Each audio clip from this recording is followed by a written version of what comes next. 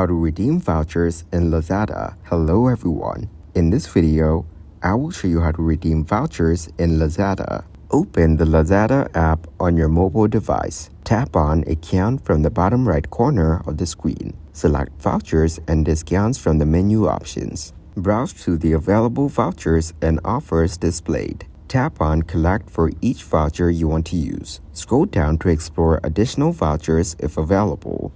Go back to the main screen and choose a product you wish to purchase. Select your preferred color or variant and click on Add to Cart. Proceed to checkout by clicking on the shopping cart icon. Choose your payment method and proceed to the payment screen. Enter the voucher code in the designated field or select the voucher you collected earlier. Complete your order by confirming the details and placing your order. Thank you guys for watching this video. Hope you got some value. Make sure to like the video and subscribe to the channel to get notified of new videos.